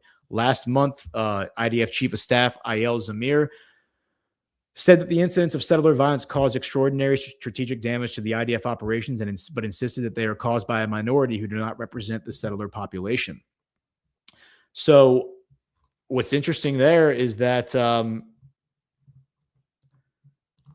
we then have, like, so he's saying that this threat, these Jewish terrorists aren't just a threat to the Palestinians, they're a threat to Israel itself, because one day they're going to turn their weapons on Israel, because these people are so out of control and they're so psychotic and they're so radical in their belief system. I mean, the videos of them like attacking these homes are absurd. Okay, and so here is an example of what he's talking about. Rioters who broke into IDF police chief's home charged with assault and trespassing. The Ashkelon Magistrates Court on Wednesday ordered 10 suspects kept in custody after they were arrested during an anti-conscription riot on Tuesday night in which participants illicitly entered a senior IDF officer's home. The suspects, out of the 25 initially arrested, face charges of assaulting a police officer, malicious damage to property, criminal trespass, and unlawful assembly. During the incident, demonstrators affiliated with the hardline Jerusalem faction breached the home of the head of the IDF's military police in order to protest the detention of yeshiva students who have evaded military conscription. In his ruling, Judge Yaniv Ben Harush wrote that the evidence presents a picture of an organized initiative to reach the home of a military police officer and intimidate him, while a large crowd entered his yard, causing damage to the yard and sowing fear and terror among his family members. Quote, "These are serious acts, and while every person in a democratic country is granted the right to express his opinion on a given issue in public dispute, the respondents' behavior exceeded the limits of legitimate protest," Ben Harush wrote. He extended the suspect's detention by 1 day. Wow, 1 whole day, rejecting the prosecution's request for a 5-day extension. An extremist ultra-Orthodox group numbering some 60,000 members, the Jerusalem faction regularly demonstrates raucously against the military enlistment of yeshiva students. It operates a hotline to mobilize protesters against the arrest of draft dodgers and has been involved in paying evaders financial rewards. In a statement released by the group, Menachem Stauber, the suspect's attorney, slammed the court over his decision. During Wednesday's hearing, Stauber claimed that the commander of the Ashkelon police station had told the suspects that they were sons of whores, terrorists, and worse than terrorists, and had compared them to Hamas's elite Nukba terrorist unit. The attorney further insisted that the damage to Brigadier General Yuval Yamin's house was caused by the police pushing the demonstrators. Quote, "When a remand request is born out of an atmosphere of hatred, and dehumanization, it constitutes a vengeful arrest rather than a legal one," he said. "It is unacceptable for a police officer to pre-designate targets and exploit the nation's most painful tragedies to justify depriving protesters of their liberty." So again, this is a storyline and narrative that we've been examining, tracking for years, which is these ultra-Orthodox students. This is a different group than the settlers. The settlers are also ultra-Orthodox mainly and Hasidic, right? But they live out in the borderlands, right? Like they live out in Palestine. They live in the West Bank. They live in the settlements, right? Like physically cut off from Israel in most cases.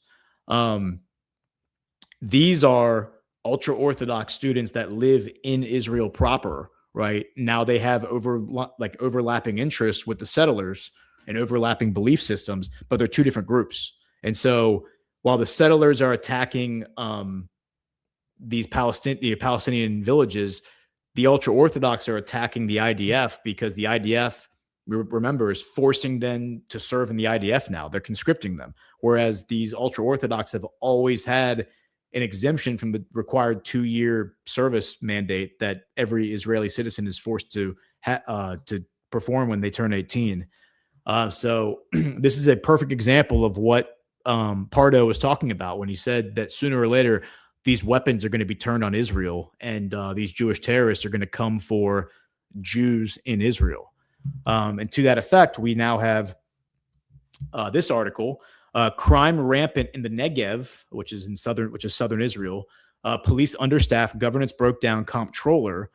A report published Tuesday by State Comptroller Netanyahu Engelman warned that effective governance has broken down in the Negev, especially in Bedouin towns, as police stations lack the necessary manpower to fight crime. The document riled National Security Minister Itamar Ben-Gvir, who oversees police and has made the restoration of law and order to the southern desert region a major talking point.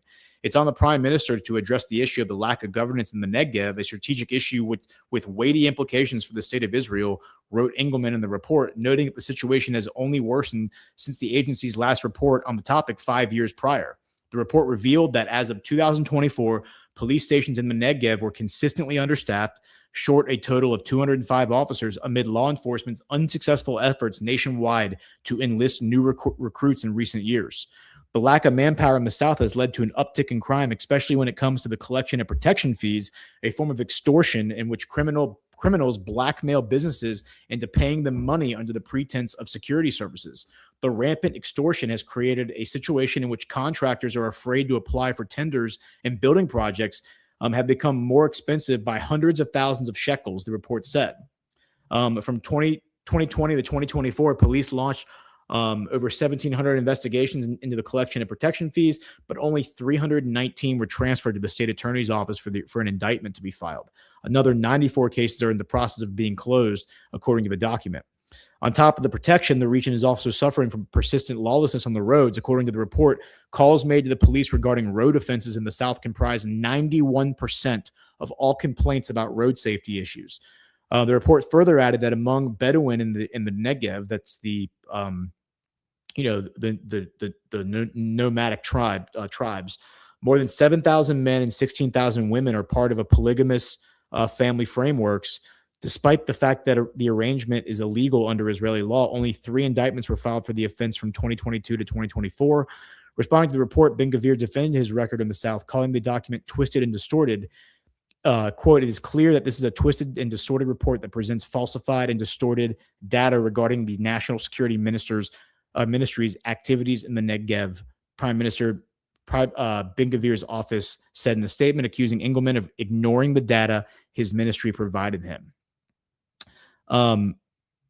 Okay.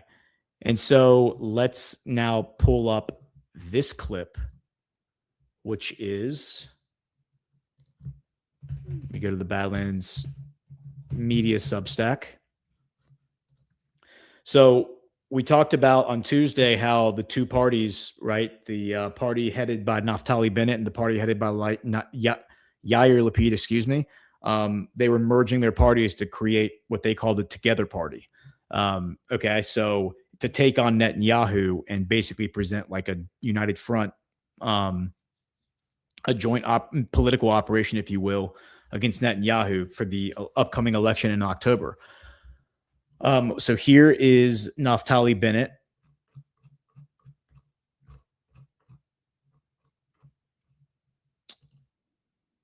And so this is in Hebrew, so I'm going to read what he says. So the reporter is asking, when Jewish rioters attack Arabs, is it Jewish terrorism? And Naftali Bennett responds unequivocally. He says, look, all across the country, there is a complete loss of governance. The Negev has become Palestine. The Negev became Palestine under this so-called right-wing government. Remember, Naftali Bennett is a right-winger. He considers himself 10 degrees more right-wing than Netanyahu, but he doesn't have an alliance with the religious zealots. So he's like extremely right-wing, but he doesn't team up with the ultra-Orthodox. And then Yair Lapid is kind of like center left. Right-wing government. He goes, is it right-wing? See, he says the murder rate has tripled. When you transfer suitcases of dollars to Hamas for 10 years, is that right-wing? It's a joke. It's not right-wing. I represent the right. I express the right. And also in Judea and Samaria, that would be the West Bank, for me to say there are over 500,000 wonderful settlers, law-abiding people who enlist in the army, pay taxes. There are rioters and I will dismantle them as I will dismantle the terror in the Negev. And just as and in B'nai Brak, I won't allow violent rioters, terrorists, to break into the house of an army officer. All these things are terror, and I will deal with it. There will be law and order. And then the reporter asks, the ultra-Orthodox who broke into the house of the commander of the military police yesterday, is that Jewish terror?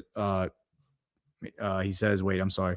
Police yesterday, is terror like Jewish terror in your eyes? He says, is that Jewish terrorism like the Jewish terrorism in the West Bank territories in your eyes? Like, he's basically asking, is that the same thing? Is the terrorism being conducted against IDF military police the same as the terrorism being conducted against the Palestinians in the West Bank? And he says the terror in the Negev, the terror that of very few extremists in Judea and Samaria, and ultra-Orthodox terrorism, all of this is terrorism. All of this is terrorism. Yeah, so that's the end of the clip. So this is like, you're seeing the logical, like this is the logical progression. This is game theory, right? Because Netanyahu has turned to the most radical people in his society to team up politically and fill his cabinet.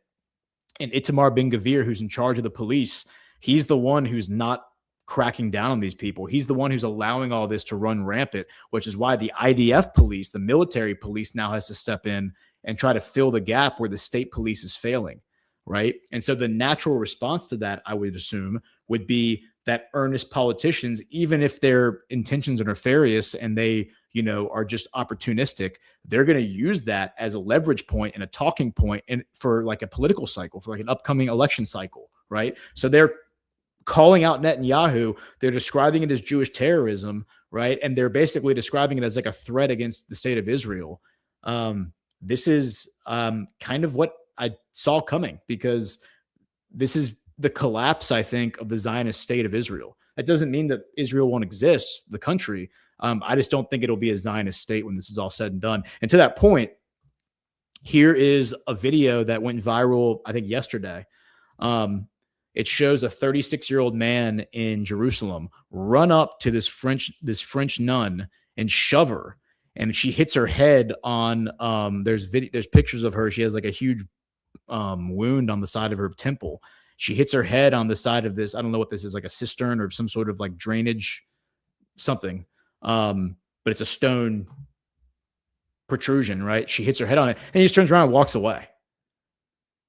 Right? She's sitting there, she's laying there, and apparently she had to go to the hospital. And this guy like sprinted. He sprinted like to push her, and then he comes back and he starts like screaming at her. And then some guy walks up and tries to intervene, and this guy is fighting him. And then here come the Orthodox. Here come the Hasidics. The Hasidics down here in the hats. Those are the Hasidic Jews, right?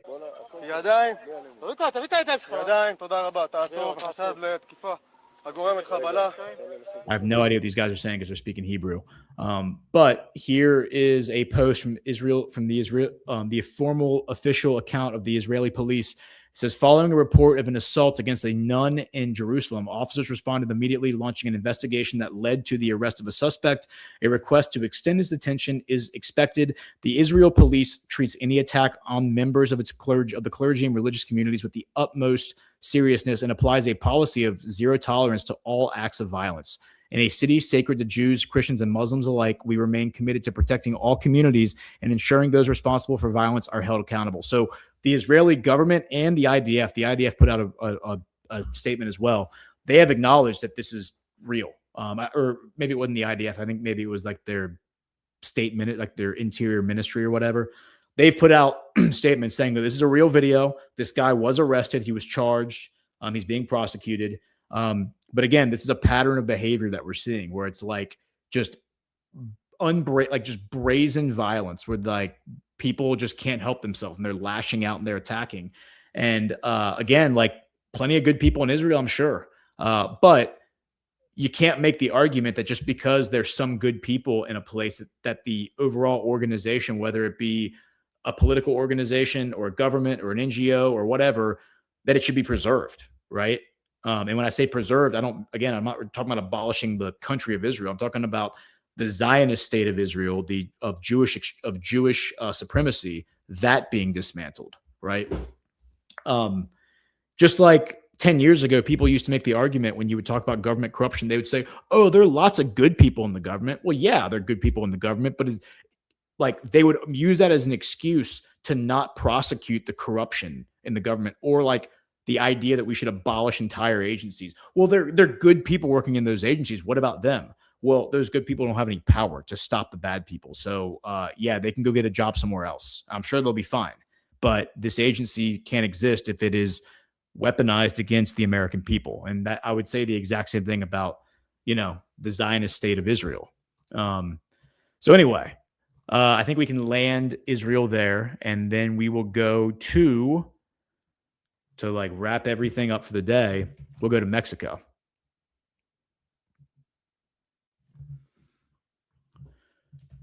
You know what it is? I forgot the Times of Israel. For whatever reason, the Times of Israel uses up a ton of memory.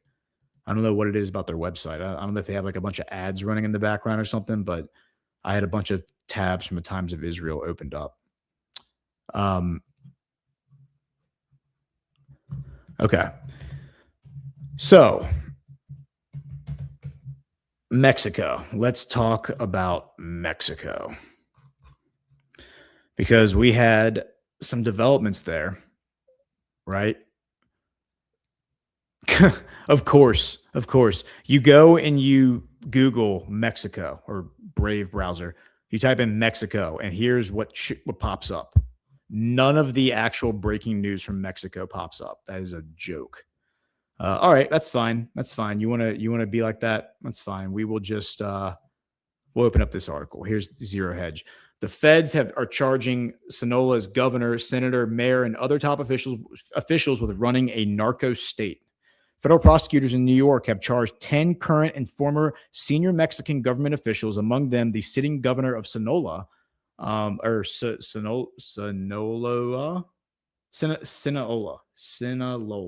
Sinaloa. Why can't I say that word? A sitting federal senator, the mayor of a state capital, and the state's former secretary of public security, with conspiring to protect the Sinaloa cartel's most powerful faction in exchange for millions of dollars in drug money, and what may be the most sweeping corruption indictment ever brought against a sitting government in the Western Hemisphere. The superseding indictment filed in the Southern District of New York. It's always the Southern District of New York for some reason, right? An unsealed Wednesday charges all 10 defendants with narcotics importation conspiracy, specifically a conspiracy to flood the United States with fentanyl, heroin, cocaine, and methamphetamine, as well as conspiracy to possess machine guns and destructive devices in furtherance of drug trafficking. One defendant, a municipal police commander, faces additional charges of kidnapping resulting in death, the alleged abduction and murder of a drug enforcement administration's confidential source, his relative, and a 13-year-old boy, carried out using a police patrol car. The document does not describe a cartel that corrupted a government. It describes a government that became the cartel's operating infrastructure. And what appears to be the first instance in American legal history of the Justice Department's indicting a sitting Mexican governor. Prosecutors allege that Ruben Rocha Moya, 76, who has served as the governor of Sinaloa, which is a very, very big province in Mexico, important province in Mexico, since November 2021, did not simply accept cartel money. He allegedly made his deal with the Chapitos, the sons of Joaquin El Chapo Guzman, before he was ever elected, in a meeting guarded by cartel sicarios armed with machine guns and delivered on every term thereafter. What makes the filing extraordinary, even by the standards of major cartel prosecutions, is the physical evidence prosecutors say they recovered.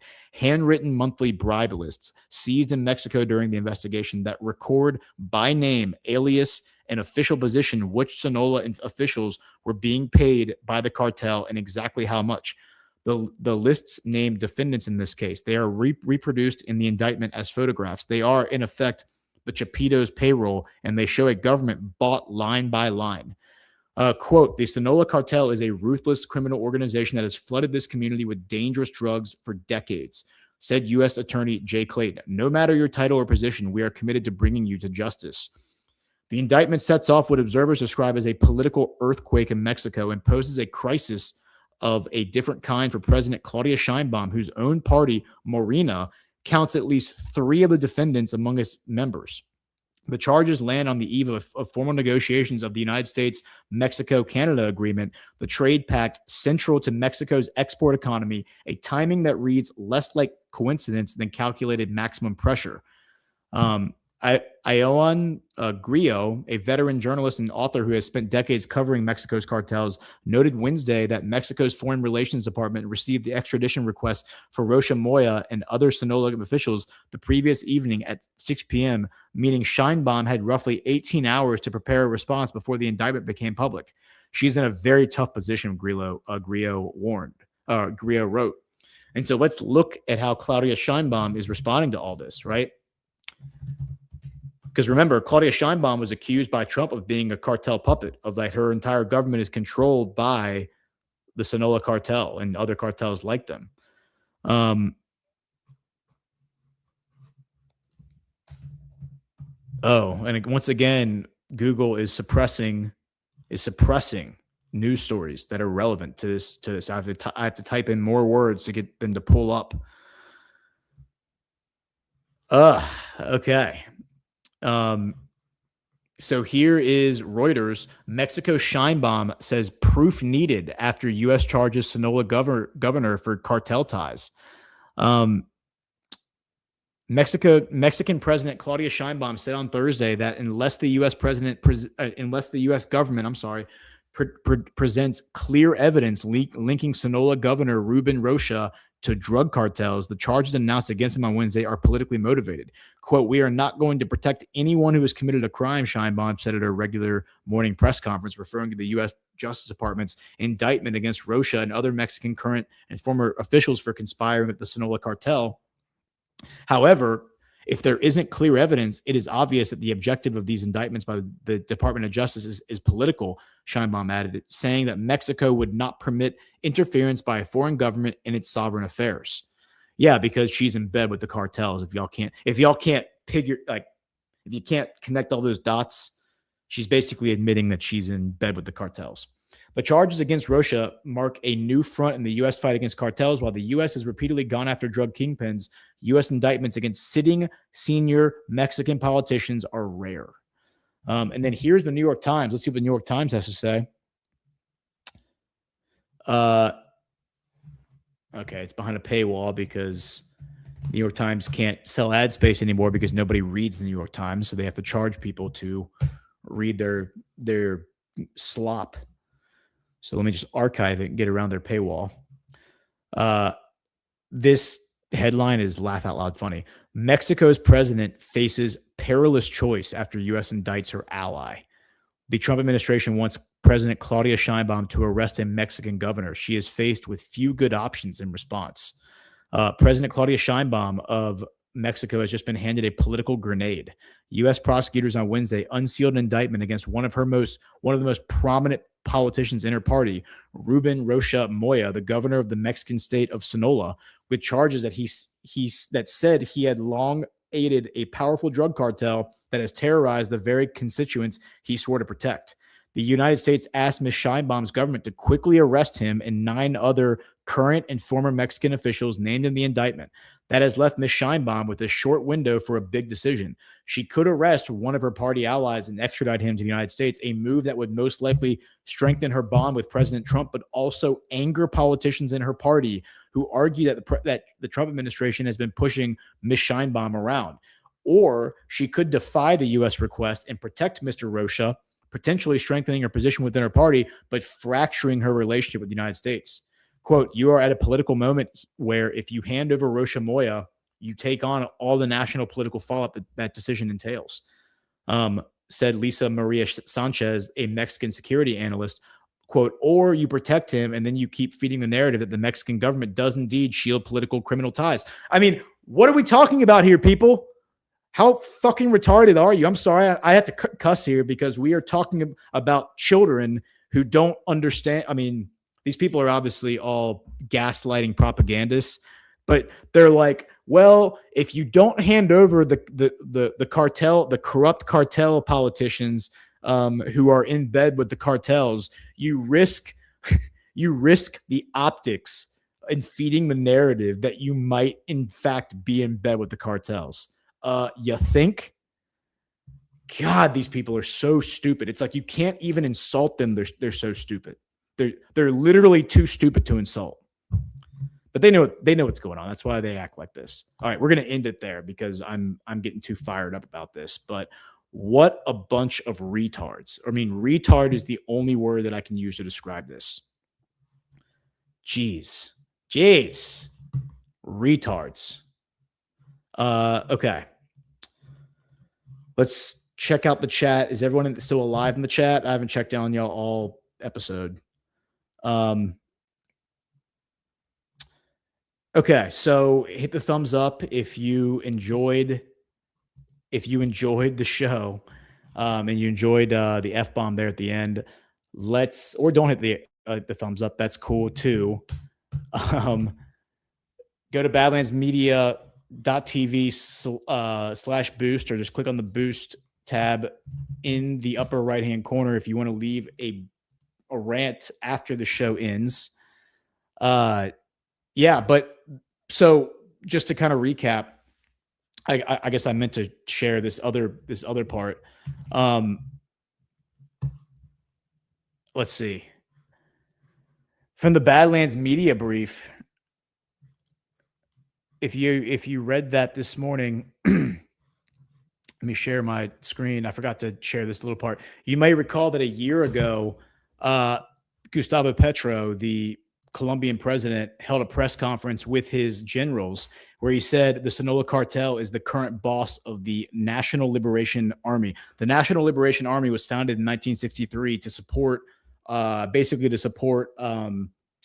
Guevara and Pablo Escobar. And basically the allegation has been that the National Liberation Army, that Gustavo Petro and Nicolas Maduro are part of it. What Gustavo Petro said a year ago is that they're not only are they not a part of it, not only are they has the Colombian military been waging a war against the National Liberation Army, but he said that the National Liberation Army actually works for the Sinaloa cartel in Mexico, and its purpose is to secure land routes between Colombia and Mexico to export cocaine to Mexico. And so that is seems to be true. Like that's 100% true, I think. 100% true. And this is just evidence that Gustavo Petro has been telling the truth this entire time. He also disclosed a few months ago that he and Maduro had discussed a joint military operation against the ELN and other cartel groups operating in their region. And then when Gustavo Petro went to the White House in February, he presented this proposal to President Trump, encouraged President Trump to take on the cartels, but then also said, don't just go and arrest the people in Mexico and Central and South America. Make sure you also go arrest the bankers who are helping to launder their money. The bankers are actually the real cartel. So, we got that storyline brewing and coming to fruition here in a bit, I believe. All right. Bread Hour says, man, is cocaine really so good that this much war is fought over it? Yeah, that's a great point. That's a great point. All right, guys. So hit the thumbs up, subscribe to the channel if you're new here, subscribe to the Substack if you have never read the Substack and you're not a subscriber. And we will see y'all on Monday night with the Book of Trump. This is Badlands Media, and y'all have a great weekend. Ageless heart that can never mend, whose tears can never dry. A judgment made can never bend. See these eyes so green, I can stare for 1,000 years. Just be still with me. You wouldn't believe what I've been through. It's been so long. Well, it's been so long. And